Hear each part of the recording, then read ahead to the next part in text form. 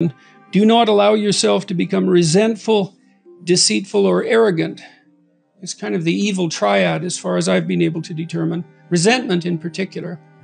It's bad. It's a bad emotion. It's useful. You can learn a lot by noticing that it occurs. Resentment tells you one of two things. One is that that someone's treading on your territory and something needs to be done about it, or that you need to grow the hell up and stop complaining. And it's hard. It isn't necessarily obvious when you feel resentful which of those it is. But you need to figure it out, because you can harbor resentment for unlived life for a very, very long period of time. And all it does is corrupt you. It hurts you. It hurts you physically because it's a stressful emotion. Anger is a stressful emotion. Because your body hyper prepares for action if you're angry, because you might get into conflict. And that's a dangerous situation. And so you burn off a lot of psychophysiological resources in anger. If you're resentful, there's probably something you need to say. There's certainly something you need to figure out. And so you can use it as a guide to further development. It's very much useful to aim at a resentment-free existence. And that means, I suppose, that you're taking up enough space. There's always a struggle between your domain and the domain of other people. Everyone competes for everyone else's attention. Everyone competes for everyone else's time. You compete for your own time. And if you're resentful, it's highly probable that, well, as I said, either you're not standing up for yourself sufficiently, or someone is legitimately on your case, in which case you need to do something about that. Or, live with the consequences, which is very unpleasant. It's not optimal. Sometimes I suppose it's unavoidable. But, generally there's something that can be done about it. Some things, if you don't address them, they just get worse. And I've been able to see where things are going to go. It's kind of like what I mentioned to you earlier, that if I watch someone, I can generally figure out what they're up to. I also can see where things are going. And so, if I walk into someone's house and there are things out of order in a particular way, if I pay attention to that, that's often indicative of something not right in the relationship. Maybe the kitchen's a mess. It's like there's food that isn't fresh in the fridge, for example, or there's packages up in shelves that haven't been opened for like 2 years, or since the wedding, let's say. That's too much chaos in the kitchen. Something's wrong. Well, what's wrong? Well, there's something wrong in the domestic relationship there. The bargaining about who does what in the kitchen hasn't been fought through. And so you have to have those fights to put things in order. And if you don't, then you end up with a worse fight in the future. And so the reason that I call things out, as far as I can tell, the positive reason, who knows what the negative reasons are, is because I don't want more conflict. I'd rather have genuine peace, which is very, very, very hard to obtain. People generally obtain peace by sweeping things under the carpet. I have another chapter in this new book called Don't Hide Things in the Fog. And that's what it concentrates on, is pay attention to your negative emotions. Resentment particularly, it's so informative. You find out where you're immature. Well, do you want to? Probably not. Who wants to find out that? Or you'll find out who's oppressing you. And maybe then you can learn to stand up for yourself. You are the center of the world. As center of the world. It has many centers. And you do partake in this process of casting the potential of the future into the reality of the present and the past. That's what your consciousness does.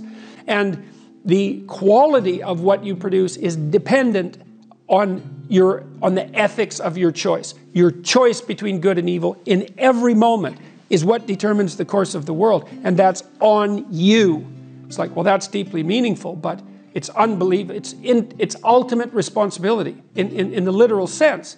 And I think that in order for us to set things right, we have to understand that we have to take on that burden of ultimate responsibility as if it's, not only as if it's ours, which it is, but as if there isn't anything better that we could do. And one of the things that I found so gratifying about the lecture tour that I've been doing is that, and why I keep doing it, the live events in particular, because we've done about 100 of them now so far, is that when I explain to the audiences, and this is especially true, seems to be especially true of men, but of young men, but not so young even, to say, look, you have an ethical obligation to lift the heaviest load you can possibly conceive of, and that's the primary call to adventure in life.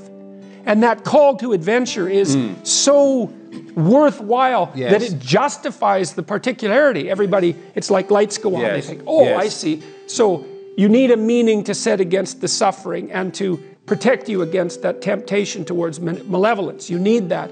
Well, where's the meaning to be found? Well, it's not happiness. It's not short-term pleasure. It's not self-development. It's not self-esteem. It's none of those things that are so focused on the individual psyche even. Yeah. It's literally the stumbling uphill towards the city of God with your burden. And people go, well, that's where the meaning is, and they know that because they know responsible people. They know they admire responsible people.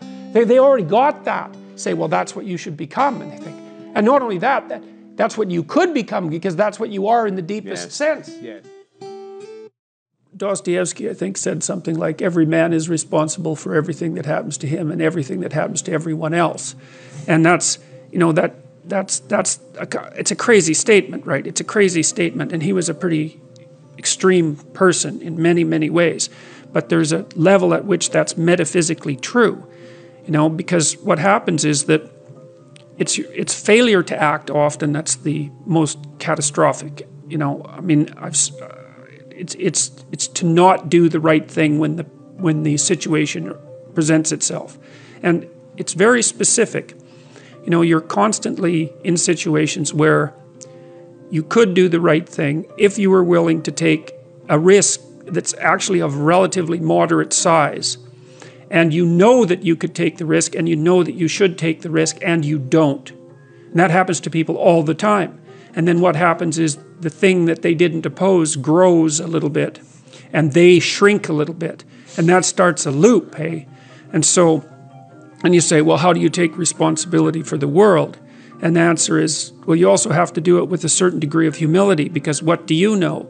And this is part of the reason that I'm so opposed to the activist culture on college campuses. You don't teach 18-year-olds to go and demonstrate about capitalism, because they don't know anything, and they have problems in their own life that need to be solved that are local. And the local problems aren't trivial, they're not disciplined. They're not looking at the world in a straight way. They're not taking responsibility for themselves or for their actions, their sexual actions, among others.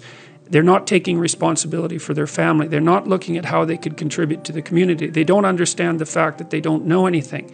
And so they should be taught to start locally and to put things together that they could put together, to make their bed and to clean up their room and to attend their classes with regularity if they're going to university, because that's part of the implicit contract, and to straighten up the things around them that are actually within their power to straighten up. And then what happens is that if you do that, let's say religiously, which I suppose would be the same as in a disciplined manner, that your realm of influence starts to grow, but it grows in a positive way. Just like you can